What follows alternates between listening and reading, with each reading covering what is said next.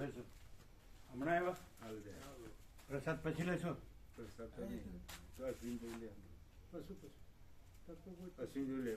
પછી કેમ છે? આનંદ મંગળ શું બરોબર કે છે? હજી કઈ લોચા લાપસી?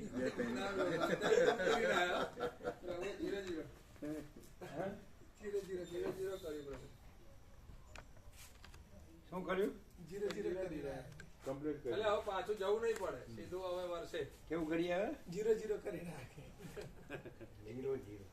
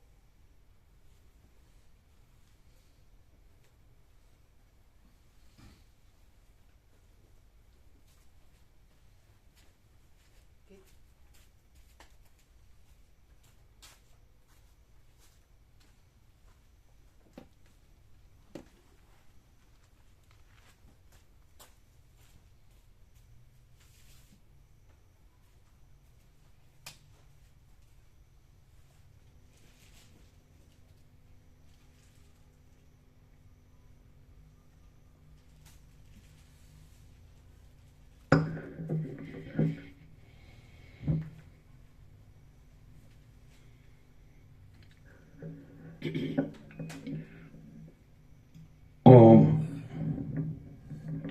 ઓમ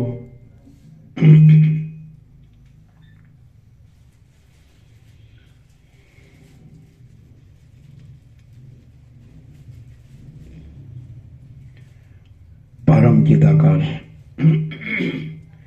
परम ज्योति अखंड ज्योति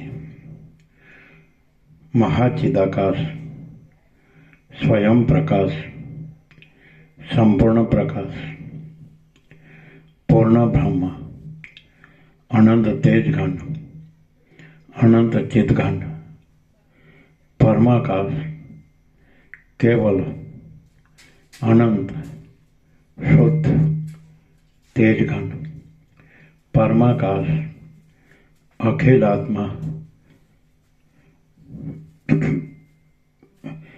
यही सब कुछ है। परमाकाश अखिल आत्मा बराबर पूर्ण ब्रह्म परमात्मा परम चिदाकाश परम ज्योति अखंड ज्योति अनंत पूर्ण परम चिदाकाश परम शांति स्वयं सिद्ध स्वयं प्रकाश स्वयं पूर्ण स्वस्वरूप यही सब कुछ है, इसके सिवा कुछ नहीं है। शून्यपास अनंत कोटि महाकल्पो है ही नहीं। महाचिदाकाश स्वयं प्रकाश संपूर्ण प्रकाश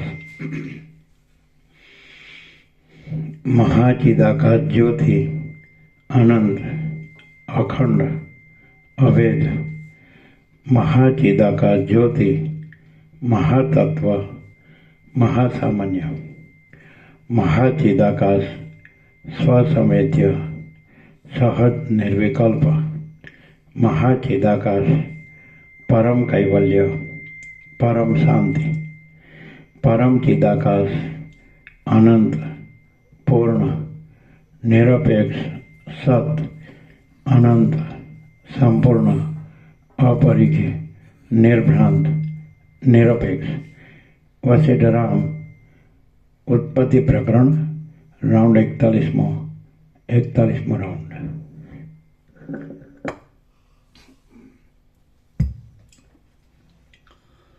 आद्य परब्रह्म सद्गुरु देव की जय। ओम श्री परमात्मने नमः। सद्ग्रंथों शिरोमणि श्री योगवासिष्ठ महारामायण उत्पत्ति प्रकरण सर्ग 102 पेज नंबर 357 पेज नंबर 357 सर्ग 102 अहंकार अने संकल्पना नाशनो उपाय। आ 102 सर्गमां अहंकार तथा संकल्पना क्षयना उपायनुं તેમજ પરમાત્માની નિત્યતાનું નિરૂપણ કરવામાં આવશે। વશિષ્ઠ બોલ્યા, હે રામ, મૂઢ માણસ પોતાના સંકલ્પના વશપણાથી મોહ પામે છે, પણ પંડિત મોહ પામતો નથી। વશિષ્ઠ બોલ્યા, હે રામ, મૂઢ માણસ પોતાના સંકલ્પના વશપણાથી મોહ પામે છે, પણ પંડિત મોહ પામતો નથી। અક્ષય વસ્તુમાં બાળક હોય તે જ ક્ષયના સંકલ્પથી મોહ પામે છે। અક્ષય વસ્તુમાં બાળક હોય તે જ ક્ષયના સંકલ્પથી મોહ પામે છે। રામ બોલ્યા, હે શ્રેષ્ઠ બ્રહ્મવેત્તા, તમે કહેલ સંકલ્પથી ક્ષય કયો તથા કોણે કરેલો છે? કોને લીધે આ આત્મા અસતના નિમિત્તે કરી મહામોહરૂપ સંસારના ભ્રમનું ગ્રહણ કરે છે? કોને લીધે આ આત્મા અસતના નિમિત્તે કરી મહામોહરૂપ સંસારના ભ્રમનું ગ્રહણ કરે છે? વશિષ્ઠ બોલ્યા, બાળક જેવી રીતે મિથ્યાભૂતની કલ્પના કરે છે તેવી રીતે અસત ભૂત સમૂહે અહંકાર નામના ક્ષયની કલ્પના કરેલી છે। સર્વ વસ્તુ એક પરમ વસ્તુને વિશે રહેલી છે, ત્યારે અહંકાર કેવી રીતે અને ક્યાંથી ઉદય થયો? વાસ્તવિક રીતે અભેદરૂપ પરમાત્મામાં અહંકાર છે નહીં, છતાં જેમ તીવ્ર તડકામાં મૃગજળ દેખાય છે તેમ અજ્ઞાનથી તે દેખાય છે। જેમ જળના આશ્રયથી જળ જોવામાં આવે છે, જેમ જળના આશ્રયથી તરંગ જોવામાં આવે છે, તેમ આત્માના આશ્રયથી મનરૂપી ચિંતામણીમાંથી સંસારનો આરંભ જણાય છે। માટે હે રામચંદ્રજી, આશ્રય રહિત અજ્ઞાનનો ત્યાગ કરીને આશ્રય સહિત સત્ય આનંદરૂપ જ્ઞાનનો આશ્રય કરો। વિચાર કરવો એ બુદ્ધિનો ધર્મ છે। માટે મોહ અને સંભ્રમનો ત્યાગ કરી સત્ય વસ્તુનો વિચાર કરો અને અસત્યનો ત્યાગ કરો। બંધન નથી તે છતાં બંધન છે એવી રીતે કહી શા માટે વૃથા ખેદ પામો છો? આત્મતત્વ અનંત છે, માટે કોનું કેવી રીતે બંધન થાય છે? અવિભિન્ન મહાત્માને વિશે અનેક તથા એકની કલ્પના છે નહીં, અને આ સર્વ બ્રહ્મ તત્વ છે, માટે તેને વિશે બંધ અથવા મોક્ષ હોય જ ક્યાંથી? દુઃખ રહિત છતાં તે દુઃખવાળું હોય એમ જણાય છે। અંગ કપાઈ ગયા પછી શા માટે ખેદ કરવો? ભેદ તથા અભેદના વિકારરૂપી દુઃખ આત્માના વિશે નથી। દેહનો નાશ થયો તથા ક્ષતનો ક્ષય થયો, તેમાં આત્માને શી હાનિ પ્રાપ્ત થઈ? ધમણ બળી જવાથી ધમણમાં રહેનાર વાયુનો નાશ થતો નથી, તેમ દેહનો નાશ થવાથી આત્માનો નાશ થતો નથી। પુષ્પનો નાશ થાય તો પણ આકાશનો આશ્રય કરીને રહેનાર આમોદ ગંધનો નાશ થતો નથી, તેમ દેહ પડી જાય અથવા દેહનો ઉદય થાય તેમાં આત્માને શી હાનિ છે? શરીરરૂપી કમળમાં સુખ દુઃખરૂપી હિમ પડે તેમાં આકાશમાં ઉડનારા આપણા જેવા ભ્રમરને શી હાનિ પ્રાપ્ત થઈ? ગમે તો દેહ પડી જાય, ગમે તો તે ઉદય પામે અને ગમે તો તે ગગનાંતરમાં જાય, તો પણ મારું રૂપ તેનાથી વિલક્ષણ છે, માટે તેમાં મને શી હાનિ થાય? હે રામચંદ્રજી, મેઘને તથા વાયુને અને કમળને તથા ભ્રમરને જેવો સંબંધ છે તેવો જ સંબંધ તમારા શરીરને અને આત્માને છે. હે રામ, મન છે તે જ સકળ જગતનું શરીર છે અને મન તે જ આદિ શક્તિ છે. ચિદાત્મા તો મનથી પણ આદિ છે, તેથી તેનો નાશ થતો નથી. હે પ્રાજ્ઞ, આત્માનો કોઈ દિવસ નાશ નથી, તેમ તે ક્યાંય જતો પણ નથી, માટે તમે શા માટે વૃથા ખેદ પામો છો? વાદળા વિખેરાઈ જાય છે ત્યારે વાયુ આકાશના અનંત પદમાં પ્રયાણ કરે છે અને કમળ સુકાઈ જાય છે ત્યારે ભ્રમર પણ આકાશમાં ઉડી જાય છે. તેવી રીતે દેહનો ક્ષય થાય છે ત્યારે આત્મા પણ આકાશનો આશ્રય કરે છે. આ સંસારમાં વિહાર કરતા મનનો પણ જ્ઞાનરૂપી અગ્નિ વિના નાશ થતો નથી, ત્યારે આત્માના નાશની તો વાત પણ કેમ જ સંભવે? જેવી રીતે કુંડબદર ન્યાય તથા ઘટાકાશનો ન્યાય છે, જેવી રીતે કુંડબદર ન્યાય તથા ઘટાકાશનો ન્યાય છે, તેવી રીતે દેહ અને આત્માની વિનાશ અને અવિનાશમાં સ્થિતિ છે. હાથમાં રાખેલું કુંડું ફૂટી જાય ત્યારે કુંડામાં રાખેલા બોર હાથમાં રહે છે, તેવી રીતે દેહ નષ્ટ થાય ત્યારે આત્મા જીવ વાસનારૂપ આકાશમાં રહે છે. ઘડો જ્યારે ફૂટી જાય છે ત્યારે ઘટાકાશ મહાકાશમાં મળી જાય છે.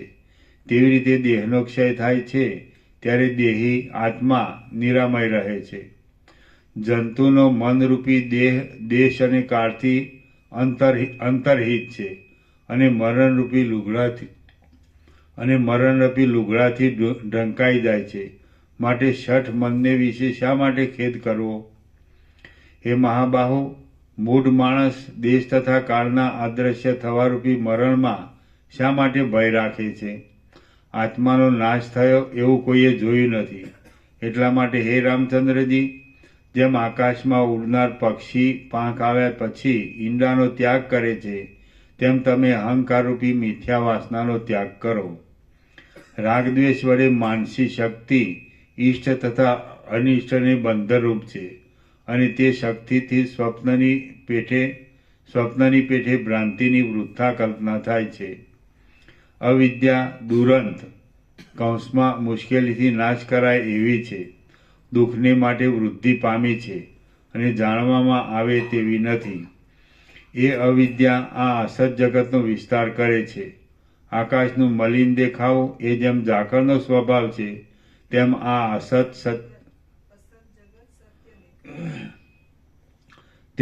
અસત જગત સત્ય દેખાવું એ અવિદ્યાનો સ્વભાવ છે. દીર્ઘકાળના સ્વપ્નની પેઠે અવિદ્યાએ આ અસત જગત સતરૂપ કલ્પેલું છે.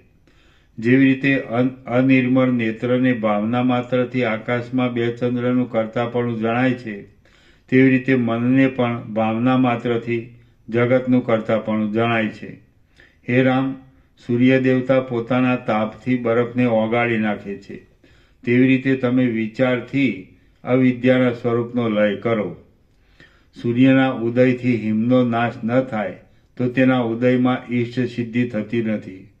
તેવી રીતે સદવિચારથી મનનો નાશ ન થાય તો ઈષ્ટ સિદ્ધિ થતી નથી.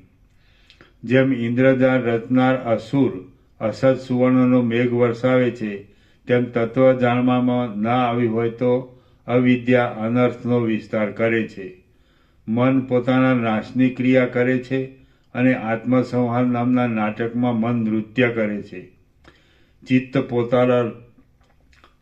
પોતાના નાશ માટે જ આત્માને જુએ છે, પણ દુર્બુદ્ધિને લીધે પાસે આવેલા વિનાશને જોતું નથી. જે વિવેકી પોતાના મનના નાશનો ઉપાય શોધે છે, તેને સંકલ્પ માત્રથી મન જ તેવો ઉપાય બતાવે છે. માટે તેમાં કલેશ ઘટતો નથી. વિવેકના સંસ્કારવાળું મન પોતાના સંકલ્પ વિકલ્પના અંશનો ત્યાગ કરીને આત્મજ્ઞાનને ઉત્પન્ન કરે છે. મનના નાશથી સર્વ પુરુષાર્થનો લાભ થતાં દુઃખનો નાશ થાય છે. માટે મનના બહિર્વ્યાપારના પ્રયત્નોનો ત્યાગ કરીને મનનો નાશ થવામાં પ્રયત્ન કરો. કોઈથી પણ નાશ ન થાય એવા આ સંસારરૂપી મહાવનમાં સુખ દુઃખરૂપ ગાંઠા વૃક્ષોના સમૂહ છે અને તેમાં વિષમ મૃત્યુરૂપી મોટા સર્પ રહેલા છે. એ સુભગ તેમાં વિવેકહીન સમર્થ મન જ મહાન આપત્તિના કારણરૂપ છે.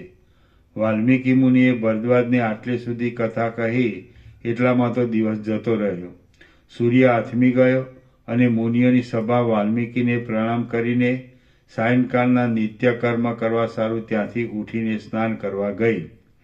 પછી જ્યારે રાત્રિ વીતી અને સૂર્યના કિરણો ફૂટ્યા ત્યારે એ સભા પાછી વાલ્મીકીની પાસે આવી.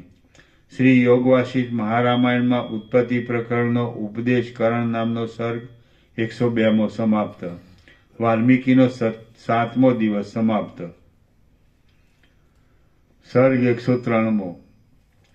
અવિવેકી મનથી થતા અનર્થોનું વર્ણન. આ 103મા સર્ગમાં મુમુક્ષુના વિવેક સારું અવિવેકી મનથી જે અનર્થ થાય છે તેનું વર્ણન કરવામાં આવશે. વશિષ્ઠ બોલ્યા, હે રામ, જેમ સમુદ્રમાંથી તરંગો ઉત્પન્ન થાય છે તેવી રીતે પરમાત્મામાંથી ચિત્ત ઉત્પન્ન થયેલું છે અને તે વૃદ્ધિ પામીને આ જગતનો વિસ્તાર કરે છે. ચિત્ત હ્રવ વસ્તુને દીર્ઘ કરે છે. રસ્વ હા. ચિત્ત ટૂંકું, હા. દીર્ઘ એટલે લાંબુ. હા. ચિત્ત હ્રસ્વ વસ્તુને દીર્ઘ કરે છે, દીર્ઘ વસ્તુને હ્રસ્વ કરે છે. પોતાપણાને અન્યપણું કરે છે અને પોતે અન્યપણાને પામે છે. જે વસ્તુ પ્રાદેશ તર્જની તથા અંગૂઠાને પાળા કરવાથી જે પ્રમાણ થાય તે, જે વસ્તુ પ્રાદેશ માત્ર હોય તેને પોતાની ભાવનાથી તે મોટા પર્વતના જેવી પ્રકાશમાન કરે છે. આવી રીતે પરમાત્મામાંથી ઉત્પન્ન થયેલું મન તે પરમાત્માની સત્તાની શક્તિ મેળવી નિમિષ માત્રમાં સંસાર કરે છે ને તેનો લય પણ કરે છે. કોઈ માણસ જેની પાસે પ્રોપર્ટી હોય વર્લ્ડમાં, તો સૌથી વધુ પ્રોપર્ટી લગભગ કેટલા એકરની હોય? 1000 એકરની હોય કે વધારે હોય? વધુ પ્રોપર્ટી કોઈ માણસ પાસે હોય તો કેટલા 1000 એકર હોય જમીન કે વધારે હોય? 5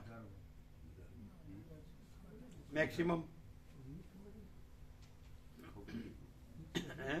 ખ્યાલ નહીં.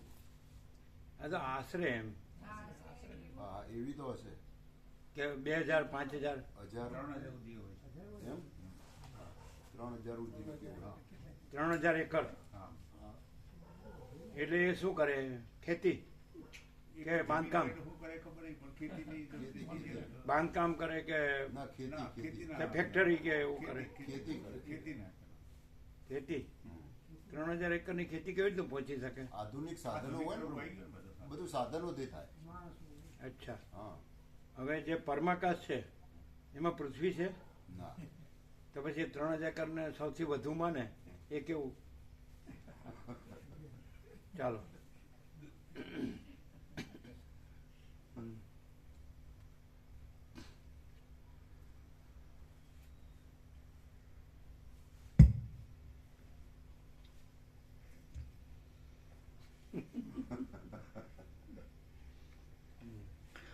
આવી રીતે પરમાત્મામાંથી ઉત્પન્ન થયેલું મન તે પરમાત્માની સત્તાથી શક્તિ મેળવી નિમિષ માત્રમાં સંસાર કરે છે ને તેનો લય પણ કરે છે. સ્થાવર તથા જંગમ જે જોવામાં આવે છે તે સર્વ ચિત્તમાંથી જ થયેલું છે. દેશ કાળ ક્યાં દેશમાં છે 3000 એકર વાળો? ક્યાં દેશમાં છે? આ દેશમાં નથી ને?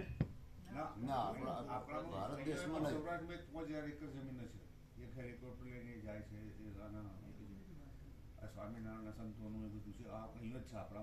સૌરાષ્ટ્રમાં એટલી જગ્યા ક્યાં છે?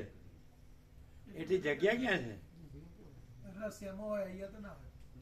રશિયા જેવા દેશમાં હોય અહીંયા તો રશિયા, અમેરિકા, ઓસ્ટ્રેલિયા, જ્યાં વધારે જમીન હોય અમેરિકા, તોય ઓસ્ટ્રેલિયા, 3000 એકર ના હોય.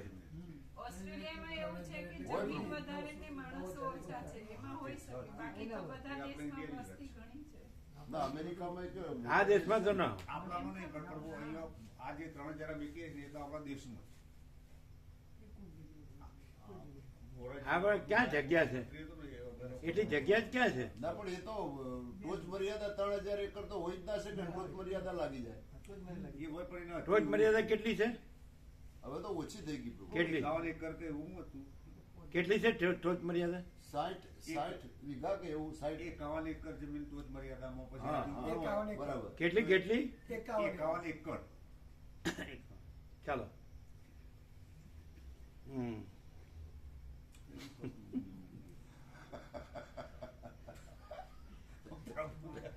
કોઈ નથી આ બધું આમ તો આ બધી વાતો છે ગણે- કોઈ નથી રીત છે આમ તો. ગણે કોઈ કશું સારો નથી, હોય. રીતે કોઈ ભણાય છે સર, પણ મનથી મને કે મારે આટલું બધું છે કારણ કે એવું. બધું છે ને નકર એ ક્યાં જાય? મનથી થોડું માન્યું છે કે ભાઈ આ કેડી પ્રભુનું આટલું છે, વસ્તા પ્રભુનું આટલું છે, હોય એ તો ક્યાં જાય? એ શું હશે સર? વસ્તાભૂત નથી રહેતો એટલે વિશ્વથી ગણાય. શું કે છે? વસ્તા પ્રભુ જ નહીં રહેતો ને પછી પછી એ વિશ્વથી ગણાય રહેતો તો ગણાય વસ્તા પ્રભુ જ પણ નથી રહેતો તો પછી આનું ક્યાંથી ગણાય? એ તો ત્યાંની અત્યારે છીએ ત્યારે તો છે ને. ચાલો. આનંદ મંગળથી રહેવા માટે તો આમ પ્રસાદ લેવાનું વ્યવસ્થિત રહેવા માટે તો 5 એકર ઘણી થઈ ગઈ. કદી જરૂર નથી. એક કદી જરૂર નથી. રીદોળમાં જયંતિ પ્રભુ 5 વીઘામાં ગામમાં સૌથી વધુ એનો પહેલો નંબરનો પાક લેતા હા, અને એકદમ પોતે સ્વતંત્ર હતા અને એકદમ પરમાત્મામાં જ હતા. સંપૂર્ણ ભગવાનના માણસ. તો મસ્ત સૌથી 1 નંબર 5 વીઘામાં અને ફૂલ હતું એને સંતોષ હતો, વિવેકી સંતોષ, શાંતિ અને હંમેશા એમાં જ રહેતા. હા, ફૂલ આનંદ મંગળમાં રહેતા. કે નહીં? ચાલો.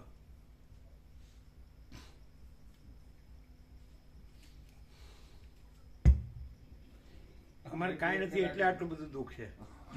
અમે તો 2 એકર જમીન પ્રભુ રાખી છે. અમારી પાસે 2 એકર જમીન છે પ્રાકૃતિક. આજે લગભગ 10 વર્ષથી એટલે એમાં મારું કરીએ ને મારું હેડે એ માગતા નથી કોઈ પાસે તમારે આ લોકો. કેટલું છે? 2 એકર જમીન એટલે અમે રાખી 2016 છે.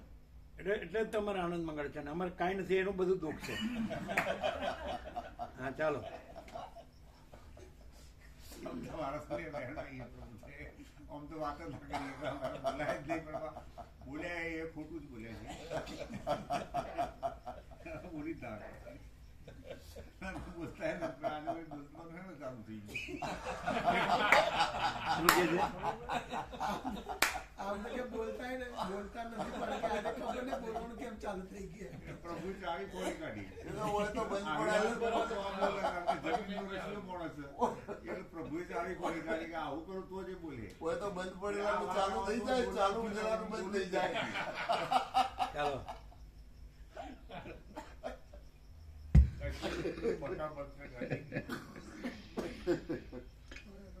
સ્થાવર તથા જંગમ જે જોવામાં આવે છે તે સર્વ ચિત્તમાંથી થયેલું છે. દેશ, કાળ, ક્રિયા તથા દ્રવ્ય શક્તિથી આકુર થયેલું મન નટની પેઠે ચપળપણાથી એક વસ્તુના આકારમાંથી બીજી વસ્તુના આકારને પામે છે. મન સત વસ્તુને અસત કરે છે, સત્તાને અસત્તારૂપ કરે છે તથા સુખ દુઃખને ગ્રહણ કરે છે. ચંચળ મન જે સમયે જે પ્રમાણે કામ કરવાનો આરંભ કરે છે તે સમયે હાથ પગ વગેરે અવયવો પણ તે જ પ્રમાણે કામ કરવાનો પ્રયત્ન કરે છે. જળથી સિંચન કરેલી લતા સમય જતાં જે પ્રમાણે ફળ આપે છે તે પ્રમાણે મન જેવી ક્રિયા કરે છે તેવું તેને ફળ મળે છે. હે રામ, ઘરમાં રહેલો બાળક ભીના કાદવમાંથી જેવી રીતે વિચિત્ર રમકડા કરે છે તેવી રીતે મન પોતાના વિકલ્પથી વિચિત્ર જગતને રચે છે. બાળક રમતમાં જે રમકડા રચે છે તે જેમ મિથ્યા છે તેમ મનથી કલ્પિત જગત પણ મિથ્યા છે. ઋતુનો વિભાગ, ફેરફાર કરનાર કાળ જેવી રીતે કોઈ સમયે વૃક્ષનું અન્યથારૂપ કરે છે, તેવી રીતે ચિત્ત પદાર્થમાં અન્યથાપણું કરે છે. ચિત્તના મનોરથમાં, સ્વપ્નમાં તથા સંકલ્પમાં ઘણા યોજનનો સમૂહ પણ ગાયના પગલા જેટલો અલ્પ જણાય છે. મન કોઈ સમયે એક કલ્પને ક્ષણ જેવો કરે છે તથા એક ક્ષણને કલ્પ જેવો કરે છે. તેથી દેશ અને કાળનો ક્રમ પણ મનને અધીન છે. તીવ્રપણું, મંદપણું, બહુપણું તથા અલ્પપણું ઇત્યાદિ ભેદથી મનની સર્વશક્તિનો ત્યાગ કરવાની કોઈ સમર્થ નથી. વૃક્ષમાંથી જેમ પલ્લવ ઉત્પન્ન થાય છે, તેમ મોહ, શુભ્રમ, અનર્થ, દેશ તથા કાળ એ સગળું ચિત્તમાંથી ઉત્પન્ન થાય છે. જેવી રીતે જળ એ જ સમુદ્ર છે તથા ઉષ્ણતા એ જ અગ્નિ છે, તેવી રીતે ચિત્ત એ જ વિવિધ આડંબરવાળો સંસાર છે. કર્તા, કર્મ અને કરણ, ભોગતા, ભોગ્ય અને ભોગ, તેમજ દ્રષ્ટા, દર્શન અને દ્રશ્ય એ 9 પ્રકારનો સંસાર ચિત્તરૂપ જ છે. સુવર્ણની પરીક્ષા કરનાર માણસ જેમ કુંડળ, મુકુટ, કડા તથા બીજા આભૂષણથી શોભતા આકારના ત્યાગને જેમ તે સુવર્ણ છે એમ જ જાણે છે, તેવી રીતે વિવેકી માણસ જગતમાં રહેલ ભુવન તથા વનની વિચિત્રતાનો ત્યાગ કરીને તે સર્વ જગત તથા તેમાંની વસ્તુ ચિત્તરૂપ જ છે એમ જાણે છે. શ્રી યોગ વાસિષ્ઠ મહારામાયણમાં ઉત્પત્તિ પ્રકરણમાંનો ચિત્ત મહાત્મ્ય નામનો સર્ગ 103મો સમાપ્ત. સર્ગ 104મો. લવણ આખ્યાન. ઇન્દ્રજાળથી થયેલી રાજાની સ્થિતિ. આ 104મા સર્ગમાં લવણ રાજાનું આખ્યાન કહેવાશે. તેમાં રાજાના દેશની તથા રાજસભાની સ્થિતિ અને ઇન્દ્રજાળ જોતા વિસ્મયની સ્થિતિનું વર્ણન આવશે. વશિષ્ઠ બોલ્યા, હે રામ, કેવી રીતે જગતરૂપી ઇન્દ્રજાળની શોભા ચિત્તને અધીન રહેલ છે તે વિશે હું તમને એક વૃત્તાંત કહું છું, તે તમે સાંભળો. આ પૃથ્વીની પીઠ ઉપર અનેક પ્રકારના વનોથી યુક્ત એવો ઉત્તર પાંડવ નામનો એક મોટો દેશ હતો. તે દેશના ગાઢ અને ગહન વનોમાં તપસ્વી લોકો વિશ્રાંતિ લેતા હતા.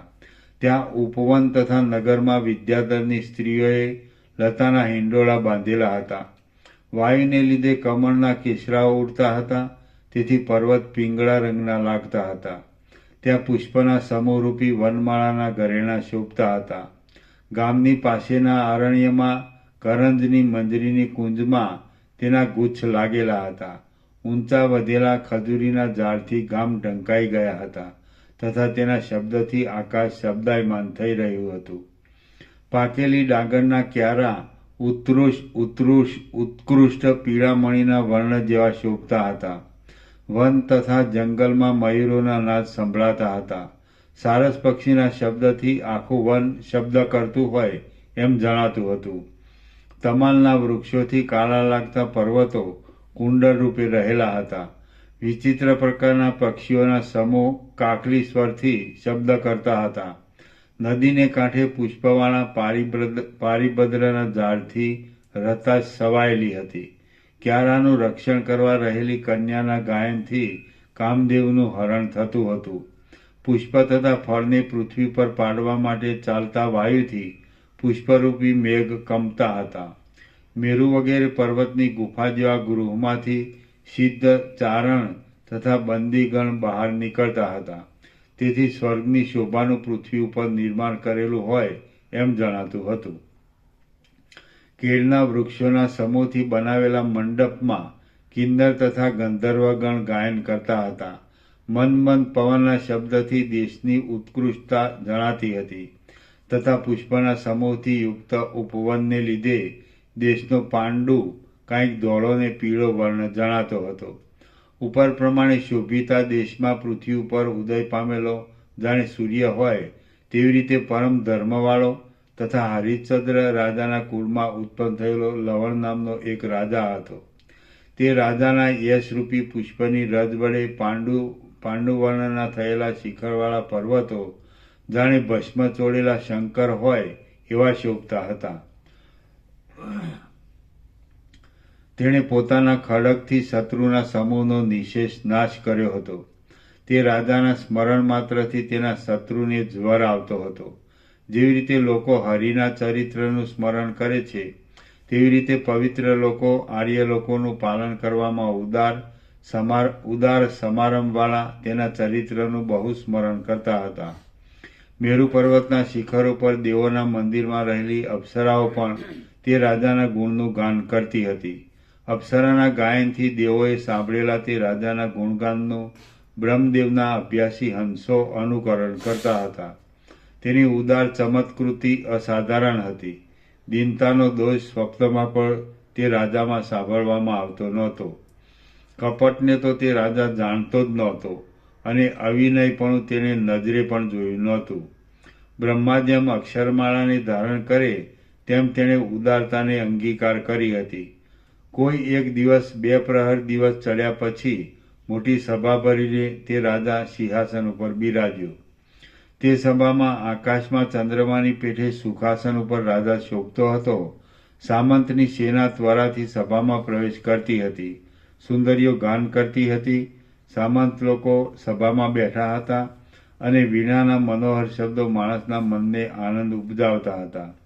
ત્યારે હાથમાં મનોહર ચામર ગ્રહણ કરીને દાસીઓ રાજાને ચામર ડોળતી હતી અને બૃહસ્પતિ તથા શુક્રાચાર્ય જેવા મંત્રીમંડળે સભામાં વિશ્રાંતિ લીધી હતી.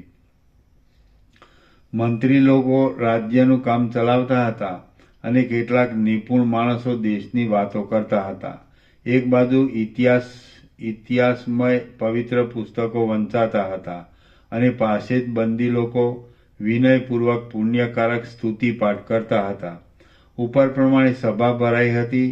તેવામાં મેઘ જેમ વરસાદ કરવા મોટા મોટા દોડથી પૃથ્વીમાં પ્રવેશ કરે તેમ એક ઇન્દ્રજાળ કરનાર માણસ મોટા ખટાટોપથી ઉચિત વેશ અલંકાર અને ગુણદર્શક ચાંદ આદિને ધારણ કરતો સભામાં આવ્યો. ફળવાળું વૃક્ષ જેમ પાસે રહેલા પર્વતને પ્રણામ કરે તેમ તેણે શિખર સમાન ઉન્નત સ્કંદવાળા તે રાજાને પ્રણામ કર્યા. સારી છાયાવાળા, ઊંચી શાખાવાળા, ફળવાળા અને પુષ્પથી શોભતા ઝાડ પાસે આવીને જેમ વાંદરો બેસે તેમ તે ઇન્દ્રજાળ કરનારો રાજા પાસે આવીને બેઠો. જેમ ભ્રમર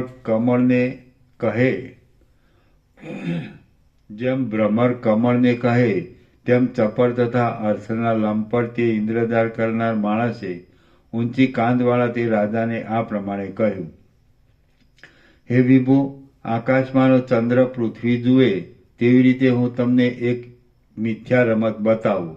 તે તમે તમારા આસન પર બેઠા બેઠા જુઓ. એ પ્રમાણે કહીને અનેક પ્રકારની રચનાના બીજરૂપ જાણે પરમાત્માની માયા હોય તેમ તેણે ભ્રમ ઉત્પન્ન કરનાર મોરપીંછની મૂઠ ફેરવી. જેમ વિમાનમાં બેઠેલા ઇન્દ્રદેવતા પોતાની ધનુષ્યરૂપી લતાને જુએ તેમ તે રાજાએ અનેક પ્રકારના વર્ણથી શોભતી તે ઇન્દ્રજાળ કરનારની મોરપીંછની મૂઠ દીઠી.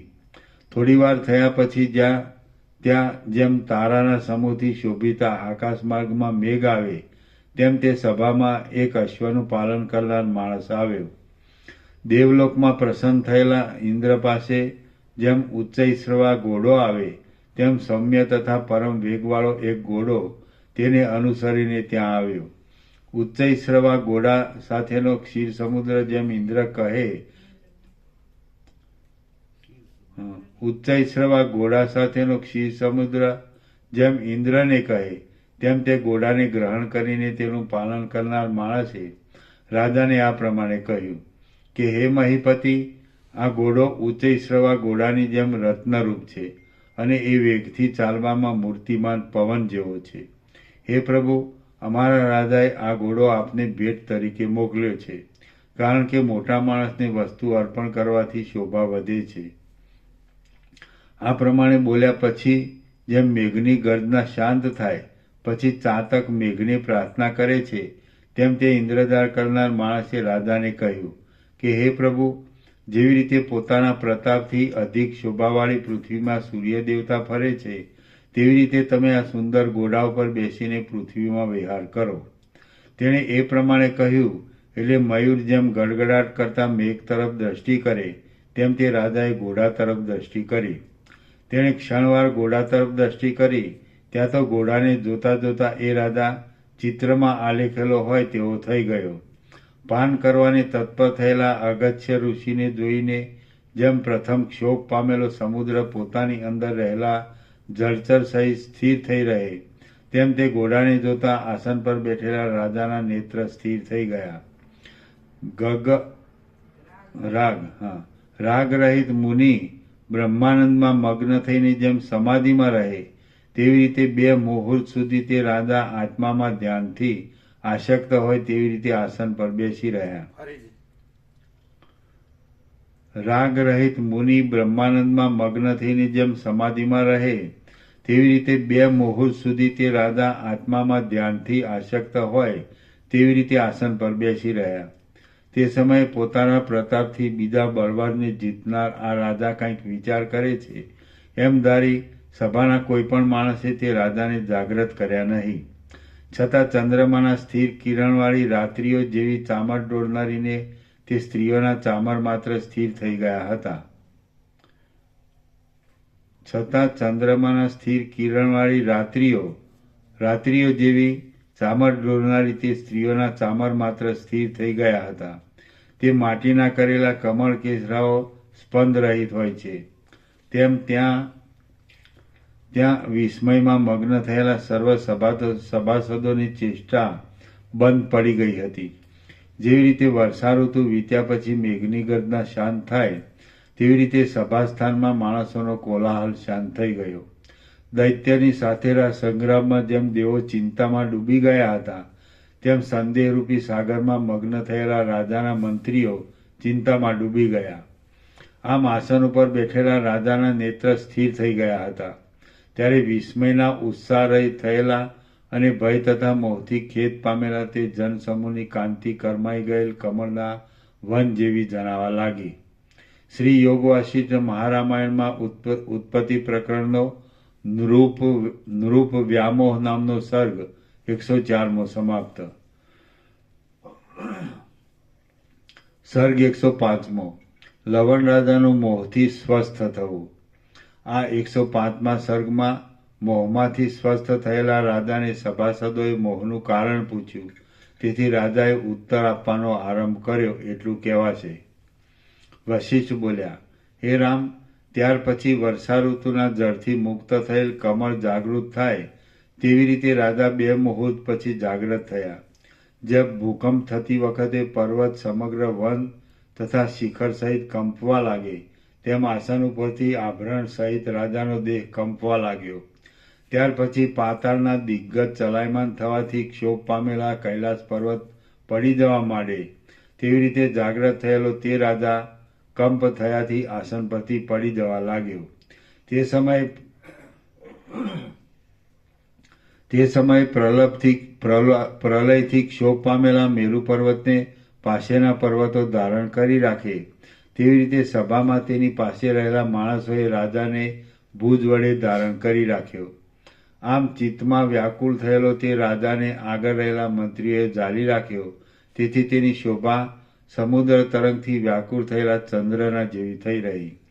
કમળકોશમાં રહેલા ભ્રમરની જેમ રાજાએ ધીરેથી અસ્પષ્ટ અક્ષરથી કહ્યું કે આ કોનો પ્રદેશ છે તથા આ કોની સભા છે. ત્યારે જેમ ભ્રમરીથી ગુંજતી કમલિની રાહુથી મુક્ત થયેલા સૂર્યદેવતાને કહે તેમ તે સભાએ આદરપૂર્વક રાજાને આ પ્રમાણે કહ્યું કે હે દેવ, આ શું? એટલે દેવો જેમ પ્રલયના ઉલ્લાસમાં ત્રાસ પામેલા માર્કંડેય ઋષિને પૂછે તેમ પાસે રહેલા મંત્રીઓ તે રાજાને નીચે પ્રમાણે પૂછવા લાગ્યા કે હે દેવ, તમારી આવી સ્થિતિ જોઈને અમે અત્યંત આકુળ થયા છીએ. મન અભેદ્ય છે, તે છતાં ભ્રમથી નિમિત્ત વિના પણ ભેદ પામે છે. રાગને લીધે પ્રથમ સર્વ રીતે રમણીય તથા અંતે રસરહિત એવા ભોગોમાં અન્ય માણસનું મન મોહ પામે તેવી રીતે તમારું મન કયા પદાર્થમાં મોહ પામ્યું છે? તમારું મન નિરંતર ઉદાર આચરણવાળી કથામાં વિવેકથી શીતળ થયું છે અને નિર્મળ છે, છતાં આ સમયે તે કેમ ભ્રમમાં ડૂબી ગયું છે? જે માણસનું મન તુચ્છ પદાર્થમાં લાગેલું છે અને વિષય સુખ મળવાથી જેનું મન આનંદ પામે છે અને ન મળવાથી ખેદ પામે છે, તેનું મન લોકવૃત્તિમાં મોહ પામે છે. તેથી તે મહત્વની ગણતરીમાં નથી ગણાતું. દેહના અભિમાન વડે અવિવેક દશામાં સંસારના જે વિષયમાંથી મનની વૃત્તિ ઉઠેલી હોય છે તે જ વિષયમાં મનોવૃત્તિ દોડ્યા કરે છે. તમારું મન તુચ્છ પદાર્થમાં લાગ્યું નથી, તેમ તે ધીરજવાળું, જ્ઞાનવાળું તથા સદગુરુનું ગ્રહણ કરનારું છે. આમ છતાં આ સમયે મોહિત થયું હોય એમ જણાય છે. એ આશ્ચર્ય છે. જે માણસને વિવેકનો અભ્યાસ નથી અને જે દેશકાળને વશ થયો છે તેનું મન મંત્ર તથા ઔષધને વશ થાય છે, પણ ઉદાર આચરણવાળાનું મન મંત્રૌષધિને વશ થતું નથી. જેમ વાવંટોળ મેરુ પર્વતને ધૂણાવી મૂકે છે, તેમ તમારા નિત્ય વિવેક સંપન્ન એવા ઉદાર મનને મોહ કેમ ધૂણાવી રહ્યો છે? ઉપર પ્રમાણે મંત્રીએ અનુકૂળ વચનોથી આશ્વાસન કર્યું. તેથી પૂર્ણિમા જેમ ચંદ્રને શોભાવે તેમ રાજાની કાંતિ તેના મુખને શોભાવા લાગી. શિશિર ઋતુ ગયા પછી જેમ પ્રફુલ્લિત પુષ્પથી યુક્ત થયેલી વસંત ઋતુ શોભે, તેમ નેત્રનો વિકાસ થવાથી સૌમ્ય મુખવાળો થયેલો તે રાજા શોભવા લાગ્યો. ત્યાર પછી આકાશમાં અસ્ત થતા સુધી રાહુને નજરે જોનાર ચંદ્રમાની જેમ તે રાજા ઇન્દ્રજાળ કરનાર તે માણસને પોતાની પાસે જોઈ રહ્યો. તેને અત્યંત ગભરાટ થયો, આશ્ચર્ય થયું અને તે ખેદ પામ્યો. પછી તે રાજાને પૂર્વાપરની સંપૂર્ણ સ્મૃતિ પ્રાપ્ત થઈ. હવે ક્ષુદ્ર સર્પનો વેશ ધારણ કરનાર તક્ષક નાગ જેમ હિંસા કરનાર નોળિયાને જોઈને બોલે, તેમ ઇન્દ્રજાળ કરનાર તે માણસને જોઈને હાસ્ય કરતા રાજાએ આ પ્રમાણે કહ્યું કે અરે જાલમાં અવિચારી, આ માયારૂપી જાળના સમૂહથી તે શું કર્યું કે તેથી અસ્પંદથી પ્રસન્ન થયેલો સમુદ્ર એક ક્ષણમાં અપ્રસન્નપણાને પામ્યો? ઈશ્વરના પદાર્થમાં હજારો પ્રકારની આશ્ચર્યરૂપ શક્તિ રહેલી છે. તેથી મારું મન સમજ છતાં આશ્ચર્યથી મોહમાં ડૂબી ગયું. લોકપ્રસિદ્ધ સર્વ વ્યવહારના સિદ્ધાંતના રહસ્ય જાણનાર અમે ક્યાં, અને મનને મોહ આપનાર આ હમણાં અનુભવી તે આપત્તિ ક્યાં? મન મોટા જ્ઞાનના અભ્યાસવાળું હોય તો પણ તે તુચ્છ દેહમાં રહેનાર છે. તેથી વિદ્વાનને પણ કોઈ સમય ક્ષણવાર મોહ થઈ જાય છે. અરે સભાસદો, ઇન્દ્રજાળ કરનાર આ માણસે એક મુહૂર્તમાં મને જે બતાવ્યું તે આશ્ચર્યકારક આખ્યાન હું તમને કહું છું, તે તમે સાંભળો. પૂર્વે ઇન્દ્રે કરેલી માયાની સૃષ્ટિનો નાશ ન થવાથી બ્રહ્માએ જેવી રીતે મુહૂર્ત માત્ર માયાનું કૌતુક જોયું હતું, તેવી રીતે આ સમયે મેં પણ ઘણા પ્રકારની ચલાયમાન કાર્યદશા જોઈ છે. એના નીચે ટાંચ છે. પૂર્વે ઇન્દ્ર દેવતા સહાય રહિત હતા. તે સમયે બલિરાજાએ ઇન્દ્રનો પરાભવ કરવાનો વિચાર કર્યો. ત્યારે ઇન્દ્ર દેવતાએ માયાથી નવું સૈન્ય ઉત્પન્ન કરી બલિરાજાને માયાના બંધનથી મોહ પમાડ્યા. તે વખતે બલિરાજાએ બંધનમાંથી છૂટવા સારું બ્રહ્માની પ્રાર્થના કરી. તેથી બ્રહ્મા ઇન્દ્રે કરેલી સૃષ્ટિનો નાશ કરવામાં પ્રવર્ત્યા, પણ તેમનાથી નાશ ન થયો અને બ્રહ્માએ કેટલુંક માયા કૌતુક જોયું હતું એવી પુરાણાંતરમાં કથા છે.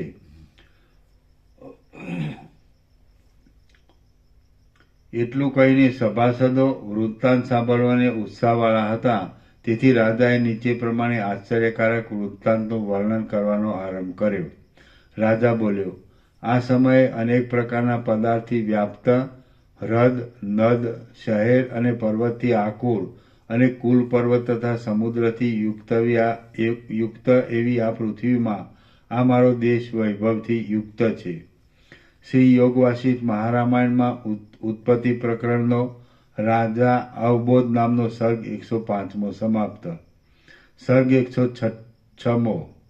રાજાએ ઇન્દ્રજાળથી થયેલું વૃત્તાંત, ચંડાળ કન્યાની સાથે વિવાહ.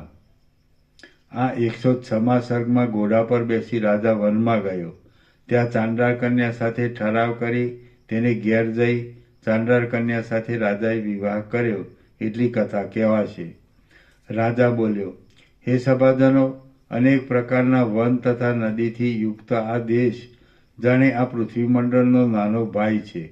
હું આ દેશનો રાજા છું અને મારું આચરણ નગરમાં માણસોને રુચિકર છે. ઇન્દ્ર દેવતા જેમ સ્વર્ગમાં બેસે છે તેમ આ સભાના મધ્ય ભાગમાં હું બેઠો છું. તેટલી વારમાં ઇન્દ્રજાળ કરનાર આ માણસ જેમ રસાતળમાંથી માયાવી મયદાનવ આવે તેવી રીતે અહીં આવી પહોંચ્યો. કલ્પના અંતના પવનથી યુક્ત એવા વાદળા જેમ ઇન્દ્રધનુષ્યને ફેરવે તેમ તેણે મારી પાસે મોરપીંછની તેજસ્વી મૂઠ ફેરવી. મોરપીંછની એ ચપળ મૂઠ જોયા પછી હું આ ઘોડાની પાસે આવ્યો અને ભમેલા મનથી કોઈની સહાય વિના આ ઘોડા ઉપર બેઠો. ત્યાર પછી પ્રલયના ઉત્પાતથી ચલાયમાન થયેલા પર્વત ઉપર બેસીને મેઘ જેમ પ્રયાણ કરે તેવી રીતે આ ઘોડા ઉપર બેસીને મેં પ્રયાણ કર્યું. પછી વૃદ્ધિ પામેલા પ્રલયના સમુદ્રના કલ્લોલ જેમ ધાન્યયુક્ત પૃથ્વીમાં પ્રવર્તે તેમ અતિ વેગથી મેં મૃગ્યા કરવામાં પ્રવૃત્તિ કરી. મુગ્ધ માણસને ભોગના અભ્યાસથી જડ થયેલું મન જેમ સંસારમાં દૂર લઈ જાય છે તેવી રીતે પવનના જેવા વેગવાળો તે ઘોડો મને ઘણે દૂર લઈ ગયો. તેવામાં મારી નજરે એક વન જોવામાં આવ્યું. તે વન નિષ્કિંચન માણસના મન જેવું શૂન્ય હતું. સ્ત્રીઓના ચિત્ત જેવું વિષમ હતું.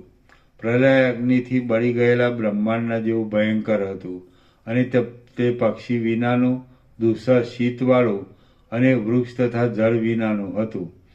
હું આ વનની પાસે આવ્યો તે સમયે ઘોડો થાકી ગયો હતો. વળી તે વન જાણે વિસ્તાર પામેલું બીજું આકાશ હોય અને પૃથ્વીમાંના 7 સમુદ્રથી જુદો જાણે 8મો સમુદ્ર હોય, તેમજ જંબુદ્વીપમાંના 4 સાગરથી જુદો જાણે 5મો સાગર હોય તેવું જોવામાં આવતું હતું. આ અરણ્ય તત્વવેત્તાના ચિત્ત જેવું અપરિચ્છેદ્ય હતું અને મૂર્ખ માણસના ક્રોધ જેવું વિષમ હતું. માણસનો મેળાપ તો તેમાં જોવામાં જ આવતો નહોતો અને તેમાં ઘાસ તથા પાંદડા ઉત્પન્ન થયા નહોતા.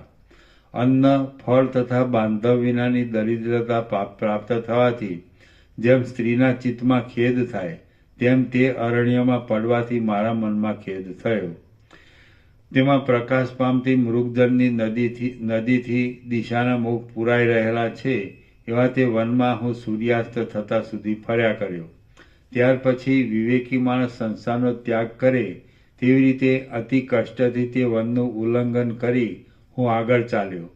તેવામાં આકાશ માર્ગમાં ભ્રમણ કરીને જેવી રીતે સૂર્ય દેવતા અસ્તાચળની પાસે આવે તેવી રીતે હું એક જંગલની પાસે આવ્યો. તે જંગલમાં વટે માર્ગોના જાણે બાંધવ હોય તેવી રીતે જાંબુ અને કદમના વૃક્ષો ઉપર પક્ષીઓના મનોહર શબ્દો સંભળાતા હતા. અધર્મથી મેળવેલા ધન વડે કપટી માણસના મનમાં કોઈ સમયે આનંદ વૃત્તિ થઈ આવે છે તેવી રીતે તે વનમાં કોઈ સ્થળે ક્યાંક લીલાખડની પંક્તિ જોવામાં આવતી હતી. અત્યંત દુઃખદાયી મરણની અપેક્ષાથી વ્યાધિ સુખરૂપ લાગે છે તેવી રીતે પ્રથમ જોયેલા અરણ્યથી આ અરણ્ય કાંઈક સુખરૂપ લાગે એવું હતું. પ્રલયના જળમાં ફરતા ફરતા માર્કંડેય ઋષિ વડના ઝાડ પાસે આવ્યા હતા તેવી રીતે આ વનમાં ફરતા ફરતા હું એક લીંબુના ઝાડ પાસે આવ્યો. તાપથી તપી ગયેલા પર્વત જેમ શ્યામ મેઘમાળાનું અવલંબન કરે તેમ મેં તે ઝાડની એકલતાનું અવલંબન કર્યું. જેમ ગંગાનો આશ્રય કરવાથી માણસના દુષ્કર્મ ચાલ્યા જાય છે તેમ તે સમયે તે ઘોડો મારી પાસેથી ચાલ્યો ગયો. અસ્તાચળની પાસે ઉગેલા કલ્પવૃક્ષની નીચે સૂર્ય દેવતા વિશ્રાંતિ લે છે તેવી રીતે માર્ગમાં ઘણો લાંબો વખત ચાલવાથી ખેદ પામી મેં તે ઝાડની નીચે વિશ્રાંતિ લીધી. તેટલી વારમાં સૂર્ય દેવતાએ પણ વિશ્રાંતિ લેવા સારું સઘળા સંસાર વ્યવહારના ભારની સાથે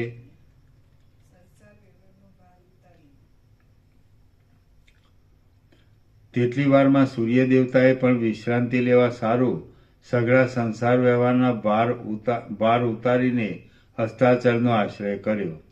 ત્યાં ધીરે ધીરે પૃથ્વીનો સમસ્ત મધ્ય ભાગ રાત્રિમાં લીન થઈ ગયો અને જંગલમાં રાત્રિનો વ્યવહાર પ્રવર્તવા લાગ્યો. આથી પક્ષી જેમ પોતાની પાંખમાં ચાંચ રાખીને માળામાં લીન થઈને બેસે તેમ તે વૃક્ષની નીચે એક મનોહર પોલાણમાં હું પણ લીન થઈને બેઠો. ઝેર ચડવાથી જે માણસનો વિવેક નાશ પામ્યો હોય, જે માણસ મૃત્યુને વશ થયો હોય, જેની સ્મૃતિ ભ્રષ્ટ થઈ હોય, જે દીન હોય અને જે અંધારા કૂવામાં ડૂબેલો હોય, તેને એક રાત્રિ કલ્પ સમાન જાય છે. વળી માર્કંડેય ઋષિને કલ્પના જળમાં ફરતા એક રાત્રિ કલ્પ સમાન થઈ પડી હતી. તેવી જ રીતે હું પણ મોહમાં મગ્ન થયો હતો. તેથી એક રાત્રિ મને કલ્પ સમાન થઈ પડી હતી. તે આખો દિવસ મેં સ્નાન ન કર્યું, દીવાર્ચન ન કર્યું અને ભોજન પણ ન કર્યું. કેવળ આપત્તિમાં તે રાત્રિ નીકળી ગઈ. મને રાત્રિમાં નિદ્રા આવતી નહોતી, ધીરજ રહેતી નહોતી અને વૃક્ષના પલ્લવોની સાથે મને પણ કંપ થતો હતો. એવી રીતે તે લાંબી રાત્રિ વીતી ગઈ. પછી પ્રભાત થવાથી તારાઓ, ચંદ્રમા તથા કમળની સાથે તિમિલ લેખા એટલે અંધકાર પણ મારી પેઠે મ્લાન થવા લાગ્યા. ત્યાં અરણ્યમાં ભૂતની ક્રીડા શાંત થવા લાગી. ત્યારે દૂસર ટાઢની પીડાથી ખડખડતા દાંતની પંક્તિના શબ્દ વડે મને મહાદુઃખમાં પડેલું જોઈ હસતી હોય અને મધુપાનથી જાણે રાતી હોય તેમ સૂર્યોદયના પ્રભાતથી રાતી થયેલી પૂર્વ દિશા મારા જોવામાં આવી. ત્યાર પછી એક ક્ષણમાં અજ્ઞાનીને જ્ઞાન પ્રાપ્ત થાય તથા દરિદ્રીને કાંચન મળે તેવી રીતે આકાશમાં ઉદયાચલ રૂપી હાથી ઉપર આરોહણ કરવાને તત્પર થયેલા સૂર્ય દેવતાના મેં દર્શન કર્યા. એટલે સંધ્યા સમયે નૃત્ય કરવાને આસક્ત થયેલા મહાદેવજી જેમ હસ્તી ચર્મને ખંખેરે તેવી રીતે મેં ત્યાં ઊભા થઈ મારું પાથરવાનું વસ્ત્ર ખંખેર્યું. પછી બળી ગયેલા ભૂત સમૂહવાળી જગતરૂપી ઝૂંપડીમાં જેમ કાળરુદ્ર વિહાર કરવા માંડે તેમ તે વિસ્તારવાળી પૃથ્વીમાં મેં વિહાર કરવા માંડ્યો. મૂર્ખ માણસના શરીરમાં ગુણનો જરા પણ અંશ ન દેખાય તેવી રીતે તે અરણ્યમાં કોઈ પણ પ્રાણી નજરે આવતું નહોતું. ત્યાં તો માત્ર નિઃશંકપણે ફરતા પક્ષીઓના ચંચળ ચિત્કાર શબ્દો સાંભળવામાં આવતા હતા. પછી દીનનાથ સૂર્ય આકાશમાં 8મે ભાગે ચડ્યા ત્યારે લતાઓ ઝાકળના જળથી નાહી રહી હતી. પછી ઝાકળ સુકાવા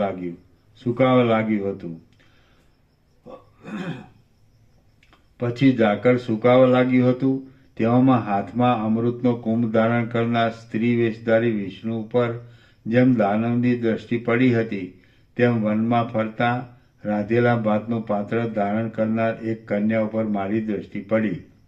ચમકતા તારારૂપી નેત્રવાળી, શ્યામ અને શ્યામ વસ્ત્રવાળી રાત્રિ પાસે ચંદ્રમા આવે તેવી રીતે ચપળ કીકીઓવાળા નેત્રવાળી, શ્યામ અને શ્યામ વસ્ત્રવાળી તે કન્યાની પાસે હું ગયો અને તેને આ પ્રમાણે કહેવા લાગ્યો કે હે શ્યામ બાળા, હું મોટી આપત્તિમાં છું, માટે તું તારી પાસેનો ભાત મને તરત આપ. કારણ કે દીન માણસના દુઃખનું હરણ કરવાથી સંપત્તિની વૃદ્ધિ થાય છે. હે બાળા, જેમ જીર્ણ વૃક્ષના કોટરમાં રહેલી કાળી સાપરને પ્રસવ થયા પછી પેટમાં ભૂખ વધે છે તેમ આ સમયે મારા પેટમાં પણ ભૂખ વધી છે. આવી રીતે મેં તે કન્યાને પ્રાર્થના કરી તો પણ લક્ષ્મીજી જેમ દુષ્ટ આચરણવાળા માણસને પ્રયત્નથી પ્રાર્થના કર્યા છતાં પણ ધન આપતા નથી તેમ તેણે પણ મને કાંઈ આપ્યું નહીં. આમ છતાં હું તેની છાયાની પેઠે એક વનમાંથી બીજા વનમાં ઉતાવળથી તેની પાછળ ચાલ્યો. ત્યારે તેણે મને નીચે પ્રમાણે કહ્યું કે હે હાર કેયુરીન એટલે હાર તથા મુકુટ પહેરનાર રાજન, પૃથ્વી, અશ્વ તથા હાથીનું ભક્ષણ કરનાર રાક્ષસીના જેવી ક્રૂર હું ચાંડાળ કન્યા છું, માટે મારું અન્ન તમારે જમવા યોગ્ય નથી. હે રાજન, જેની અભિલાષા પૂરી થઈ નથી એવા ગામડાના માણસો પાસે સુંદર સૌજન્યની પ્રાપ્તિ થતી નથી. તેવી રીતે માત્ર યાતના કરવાથી તમને મારી પાસેથી ભોજનની પ્રાપ્તિ થશે નહીં. એ પ્રમાણે કહીને તે ચાલવા લાગી.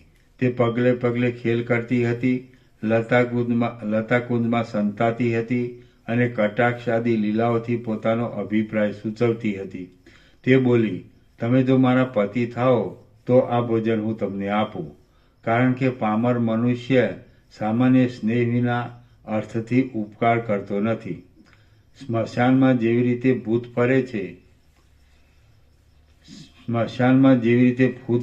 ફરે છે તેવી રીતે ચાંડાળ જાતિનો મારો પિતા આ વનમાં ભૂખ્યો ને ભૂખ્યો પોતાના બળદથી ખેતી કરે છે. તેની માટે હું આ અન્ન લઈ જાઉં છું. પણ જો તમે મારા પતિ થાઓ તો આ અન્ન હું તમને આપું. કારણ કે પોતાના વલ્લભ એટલે પતિનું પ્રાણથી પણ પૂજન કરવું જોઈએ. આવા તેના વચન સાંભળી મેં તેને જવાબ દીધો કે હે સુવ્રતે, હું તારો પતિ થઈશ. કયો માણસ આપત્તિમાં વર્ણ, ધર્મ તથા કુળના ક્રમનો વિચાર કરે છે?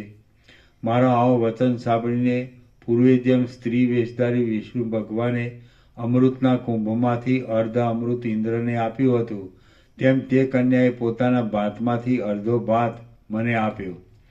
તે ભાતનું ભોજન કરીને અમે જંબુફળના રસનું પાન કરીને મેં મોહયુક્ત ચિત્તથી તે સ્થળે વિશ્રાંતિ લીધી. પછી વર્ષા ઋતુની શ્યામ મેઘમાલા સૂર્યને ઢાંકી દે તેમ તે શ્યામ વર્ણની કન્યાએ મને ઢાંકી દીધો.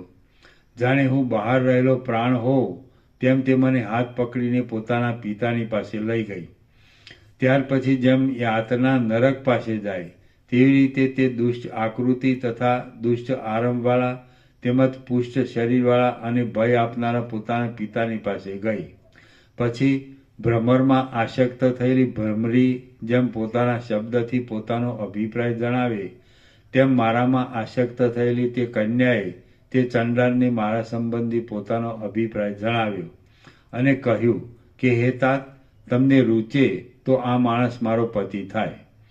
એટલે તેણે કહ્યું કે સારું. પછી સૂર્યાસ્ત સમયે જેમ યમરાજા પોતાના અનુચરને રજા આપે તેમ તેણે પોતાના બળદને ઝાકળથી કપિલ વર્ણની તથા ધૂળવાળી દિશામાં છોડી મૂક્યા અને તે ચાંડાળના વનમાંથી અમે આગળ ચાલ્યા. ભૂત જેમ સ્મશાનમાંથી બીજા સ્મશાનમાં જાય તેવી રીતે એક ક્ષણમાં સંધ્યા સમયે તે લાંબા વનમાંથી અમે તે ચંડાળના ઘર પાસે આવ્યા. તે ચંડાળના ઘરમાં વાંદરા, કૂકડા તથા કાગડા વગેરે કાપી કાપીને વિભાગવાર રાખેલા હતા. ત્યાં લોહીથી સંટાઈ ગયેલા પૃથ્વીના ભાગમાં માખીઓ બણબણતી હતી. ત્યાં સૂકવવા માટે પાથરી રાખેલા લીલા આતરડા ઉપર પક્ષીઓ પડતા હતા અને ઘરના બગીચામાં ઉગેલા લીંબુના ઝાડ ઉપર પક્ષીઓના શબ્દ થતા હતા. સુકાઈ ગયેલા ચરબીના પિંડોથી ભરાયેલી ઘરની બહારની સાજલી ઉપર બેઠેલા પક્ષીઓ ત્યાં શોભતા હતા અને પાથરી રાખેલા રુધિરવાળા ચામડામાંથી ત્યાં લોહી ટપકતું હતું. બાળકના હાથમાં રહેલા માંસના પિંડા ઉપર માખીઓનો ગણગણાટ થતો હતો અને વૃદ્ધ તથા શ્રેષ્ઠ ચંડાળ બૂમો પાડતા બાળકને ઠપકો આપતા હતા. આ પ્રમાણે પાથરેલા શીરા તથા આતરડાથી ભયંકર એવા તે ચંડાળના ઘરમાં મેં પ્રવેશ કર્યો.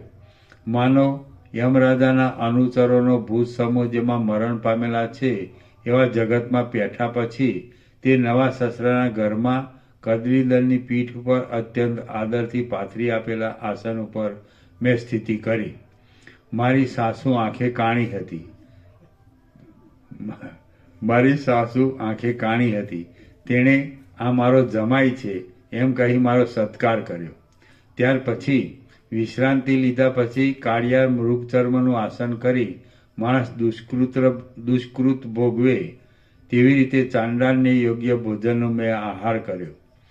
ત્યાર પછી અનંત દુઃખના બીજરૂપ તથા મનોહર ન લાગે એવા તેમના સ્નેહના સુંદર વચનો સાંભળ્યા.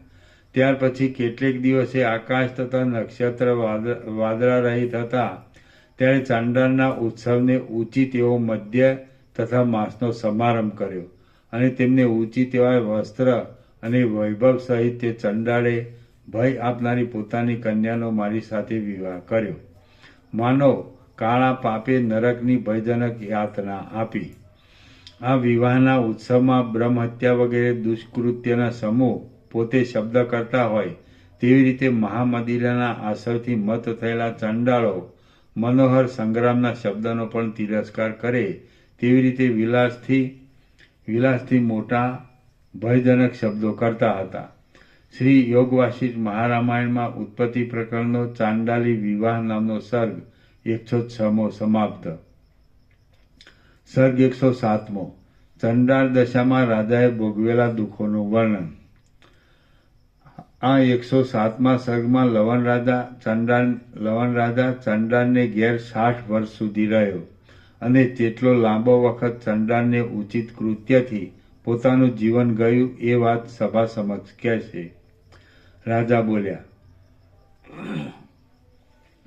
હે સભાજનો, હું તમારી પાસે વધારે શું કહું, પણ તે દિવસથી ચંડાળ કન્યાની સાથે વિવાહ થયો ત્યારથી ઉત્સવ સહિત વિવાહને લીધે મારું ચિત્ત તેમાં વશ થયું અને હું પણ એક મોટો ચાંડાળ બન્યો. ઉત્સવની 7 રાત્રિ ગયા પછી ક્રમે કરી 8 માસ નીકળી ગયા. પછી તે ચાંડાળ કન્યાને ઋતુ પ્રાપ્તિ થઈ અને ત્યાર પછી તેને ગર્ભ રહ્યો. ત્યાર પછી જેમ વિપત્તિ દુઃખરૂપ ક્રિયાને ઉત્પન્ન કરે તેમ તેણે એક દુઃખદાયી કન્યાને જન્મ આપ્યો અને તે કન્યા જેમ મૂર્ખ માણસની ચિંતા દિવસે દિવસે વધે તેમ વધવા લાગી. 3 વર્ષ ગયા પછી તેણે એક અસુંદર પુત્રને જન્મ આપ્યો. માનો દુર્બુદ્ધિને આશાનો પાસ વધારનાર અનર્થ નામનો પુત્ર થયો. ત્યાર પછી એક પુત્રી આવી અને ત્યાર પછી પણ એક પુત્ર થયો. આવી રીતે તે વનમાં ચાંડાળ રૂપે હું મોટો કુટુંબી થયો.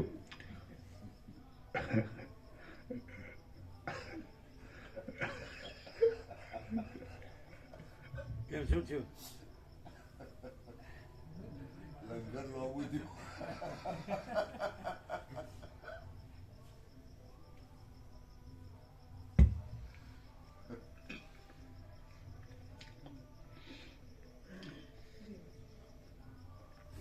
ત્યાર પછી એક પુત્રી આવી અને ત્યાર પછી પણ એક પુત્ર થયો.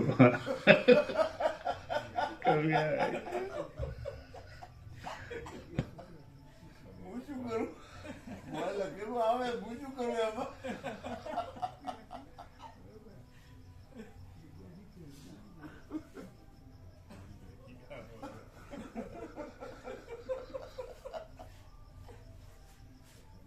લાઈન લાગે એટલે ચાલુ થઈ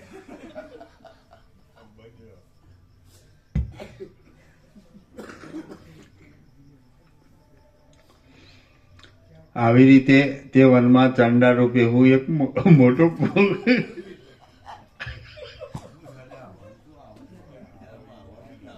બોલ્યો પડે. હું તો આ બધું પ્રભુ તાકીને બેઠો છું. બોલશો નહીં. બ્રહ્મ હત્યા કરનાર માણસ નરકમાં ચિંતા નામની સ્ત્રીની સાથે ઘણી જાતની યાતના ભોગવે છે. તેવી રીતે તે વનમાં મેં તે ચંડાળ કન્યા સાથે ઘણા વર્ષ સુધી અનેક પ્રકારના દુઃખ ભોગવ્યા. જેમ વૃદ્ધ કાચબો પાણીના ખાબોચિયામાં લોટ્યા કરે છે તેમ ટાઢ, તડકો તથા પવનના કલેશથી પરવશપણે મેં તે વનમાં ફરવા માંડ્યું. સ્ત્રીની ચિંતાથી મારી બુદ્ધિ હરાઈ ગઈ હતી. તેથી મને શરીરમાં દાહ થતો હતો. આથી બધી દિશાઓ જાણે બળતી હોય તેવી રીતે મને કષ્ટરૂપ જોવામાં આવી. મેં ઝાડની સાલના જૂના લુગડા પહેરી ઘાસની ઈંઢોણી બનાવી માથે સાક્ષાત દુષ્કૃત સમો લાકડાનો ભારો ઉપાડ્યો. જૂથી ખતબત્તી જીર્ણ થઈ ગયેલી, તૂટી ગયેલી અને દુર્ગંધ મારતી એક ચિંદરજીની લંગોટી મારીને મેં ધવલિકાના ઝાડ નીચે આશરો લઈને કંઈ વર્ષો કાઢી નાખ્યા. હેમંત ઋતુમાં દેડકો વનમાં ભમે તેમ હું કુટુંબનું પોષણ કરવા સારું વનમાં ફરતો અને ટાઢને લીધે વનની ગુફામાં લીન થઈને બેસી રહેતો. આવી રીતે અનેક પ્રકારના કલેશરૂપી કલ્લોલથી અને તાપના વિસ્તારને લીધે જાણે ઝરતા હોય તેમ મને નેત્રમાંથી આંસુને બહાને લોહીના ટીપા પડવા માંડ્યા. ભયંકર વનમાં પર્વતની તળેટીમાં કરેલી ઝૂંપડીમાં મેઘને લીધે ભયંકર એવી કઈ રાત્રિઓ વરાહના માંસનું ભોજન કરીને મેં વિતાવી. એવી રીતે સર્વ બીજની ઉત્પત્તિના હેતુરૂપ વર્ષાકાળ વીતી ગયા પછી બંધુઓનો સ્નેહ ન રહ્યો. નિરંતર કલેશ થવા લાગ્યો. સર્વત્ર શંકા થવા માંડી. એટલે ચિત્તના કૃપણપણાથી મેં કુટુંબ સહિત બીજા ચાંડાળને ઘેર સ્થિતિ કરી. રાહુના દાંતથી ચંદ્રમાં જેમ જર્જરિત થઈ જાય તેમ ચંડાળીના કલેશથી ઉદ્વેગ પામેલા પ્રચંડ ચંડાળના તિરસ્કારોને લીધે મારું મુખ જર્જરિત થઈ ગયું. નરકમાં રહેનાર માણસોએ લાવીને વેચેલા આંતરડા હોઠથી ચાવે તેવી રીતે દીપડાએ પીસી નાખેલી માંસની પેશીનું મેં હોઠથી ચરવણ કર્યું. હિમાલયની ગુફામાં હેમંત ઋતુનું હિમ તથા શિશિર ઋતુના ઝાકળના જળબિંદુના સમૂહ વસ્ત્ર વિનાના શરીર ઉપર જાણે મૃત્યુએ મૂકેલા બાણ હોય તેવી રીતે મેં સહન કર્યા. હું ગરડો હતો છતાં પુણ્યના મૂળની પેઠે માર્ગમાં ક્ષીણ થઈ ગયેલા ઝાડના મૂળ મેં ઘણીવાર ખોદી નાખ્યા. ચંડાળપણાને લીધે કોઈ માણસ મારો સ્પર્શ કરતું નહોતું. મારી સ્ત્રી ખરાબ હતી. ચંડાળની પેઠે લોકો પાસે હું કાલાવાલા કરતો હતો તથા સંપાદન કરેલા તેજની ક્ષતિ થવા માટે અરણ્યમાં સરાવલા માટીના પાત્રમાં રાંધેલા પદાર્થનું હું આદરથી ભોજન કરતો હતો. જાણે મારું પોતાનું માંસ હોય તેમ હું બીજાઓ પાસેથી હરણ અને ઘેટાના માંસ વેચાતા રાખતો. એ પ્રાણીઓના શરીરમાંથી હું એ માંસ કાપીને ઉતારી લેતો અને તેમને લોઢાના પાત્રમાં પકાવતો.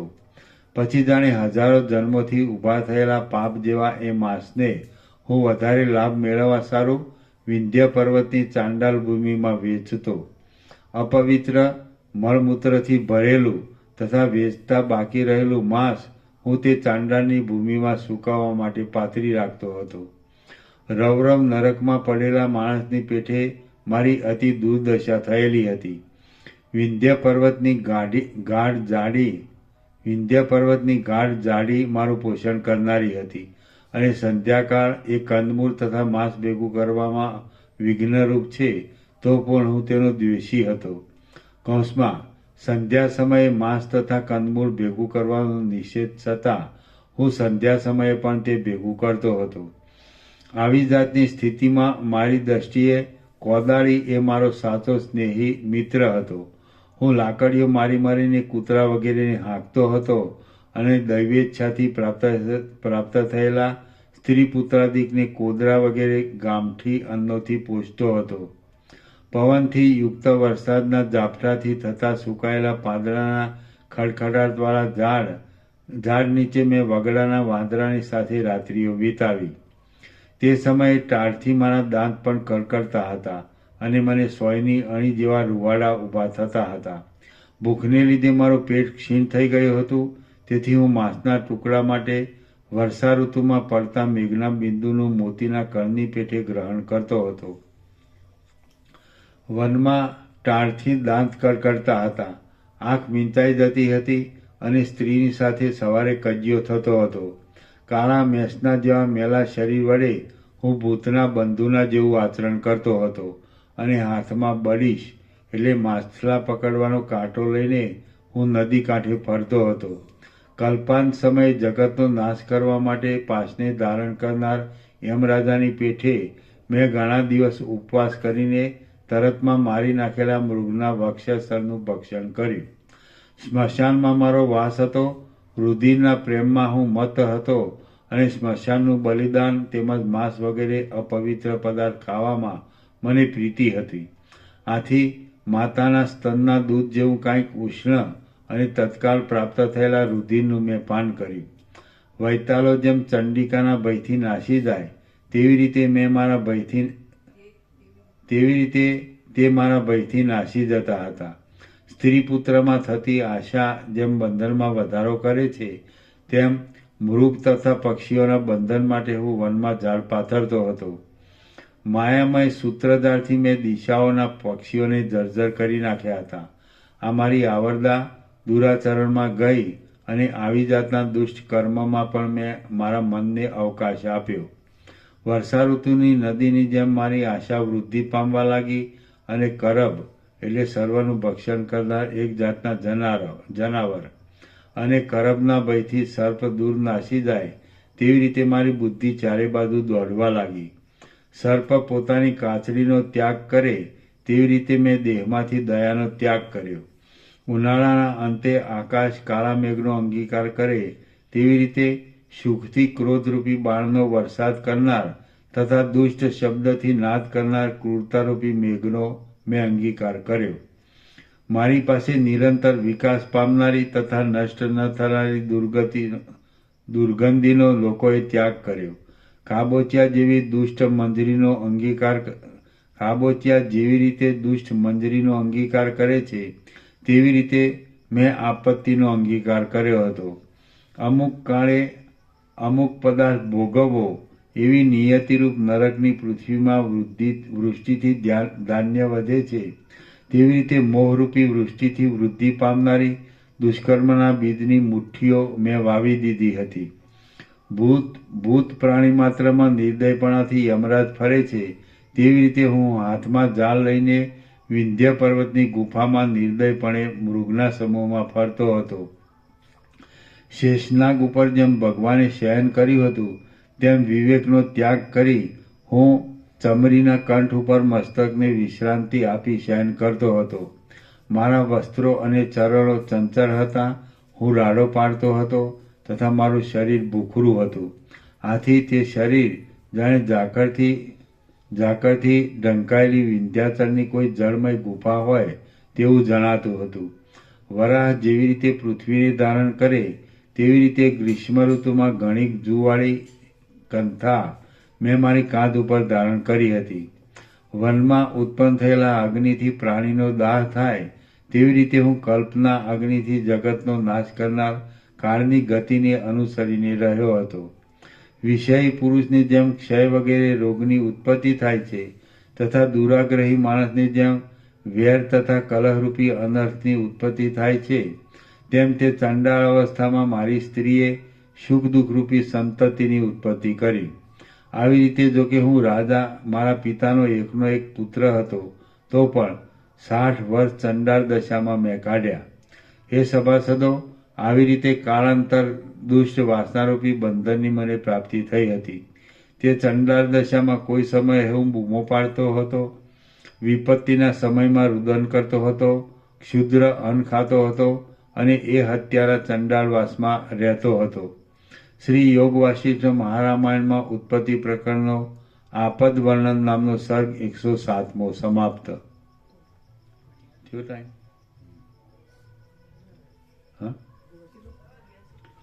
સર્ગ 108મો. ઓમ ઓમ ઓમ. એમાં પાના નંબર 369. 369. પ્રસાદ આપી દો.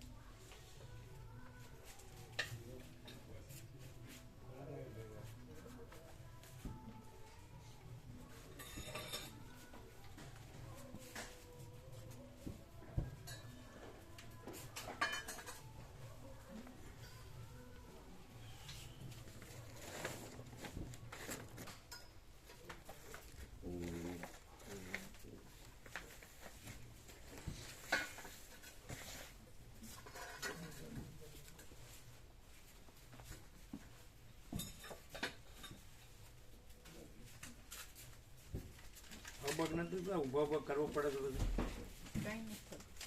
પેલા દુખતા હતા ને? પેલા દુખતા અત્યારે કાંઈ નથી થતું. સારું જ છે બધું.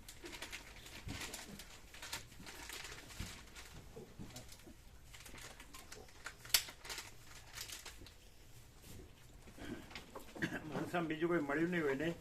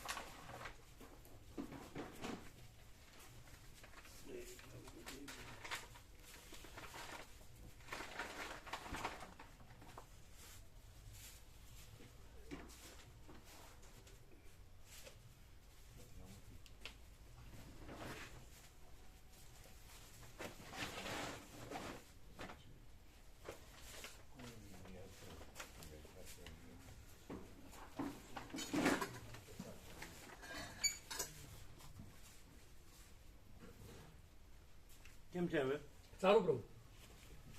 આમાં ચરી પડો તો સારું. હા પ્રભુ. તેલ મરચું સારું નહીં. હા પ્રભુ.